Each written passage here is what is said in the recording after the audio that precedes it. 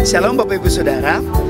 Satu ketika saya ada dalam penerbangan China Airlines dari Taipei menuju California.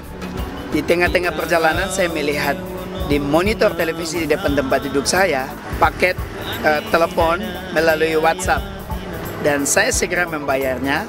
Lalu di dalam penerbangan hampir 6 jam itu saya bisa menghubungi anak-anak saya di Papua.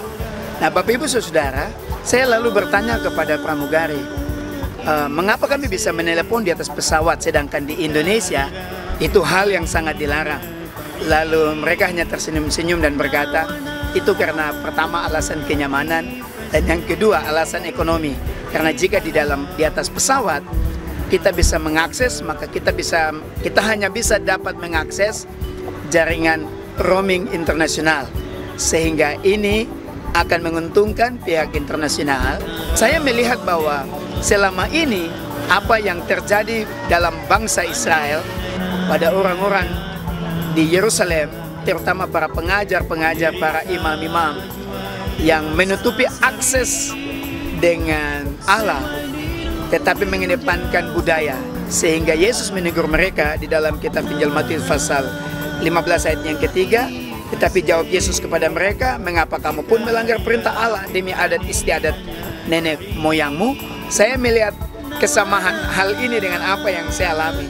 Dan ini memberikan saya pengertian bahwa selama ini pemuka-pemuka agama, mereka menutupi sesuatu antara kita dengan Tuhan, sehingga mereka mendapat kecaman keras daripada Yesus Kristus. Dari kitab Injil Matius pasal 15 ayat yang ketiga, dari kecaman Yesus terhadap pemuka-pemuka agama Yahudi pada waktu itu, paling tidak ada 3 hal penting yang saya dapat. Yang pertama, ada banyak urusan yang tidak penting yang mengakibatkan akses kita dengan Tuhan tertutup, sehingga Yesus mengecam mereka. Bagaimana mungkin mereka melanggar perintah Allah demi adat istiadat nenek moyang mereka. Yang kedua, Allah ingin kita fokus pada kehendaknya dan bukan kepada kemauan bukan Allah, sehingga Yesus menegaskan kembali bahwa perintahnya yang lebih penting kita turuti, atau perintah Allah lah yang harus kita turuti daripada perintah-perintah manusia. Dan yang ketiga yang saya jumpai dalam pembacaan ini, Tuhan menunggu kita untuk menghubunginya kapan saja. Ia akan menjawab panggilan kita. Karena itu Alkitab berkata dalam Yeremia pasal 33 ayatnya yang ketiga, Alkitab berkata, berserulah kepadaku, maka aku akan menjawab engkau dan akan memberitahukan kepadamu hal-hal yang besar dan yang tidak terpahami, yakni hal-hal yang tidak kau ketahui. Artinya Tuhan hanya ingin kita berhubungan dengan Dia tanpa ada yang membatasi akses kita dengan Dia. Hari ini Dia menunggu panggilan saudara dan saya. Kapan saja kita bisa menghubungi Dia, dan Dia siap buka akses. Kiranya kita bisa sama-sama menerima akses yang Tuhan berikan, supaya kita bisa menerima sesuatu yang baru daripada Tuhan.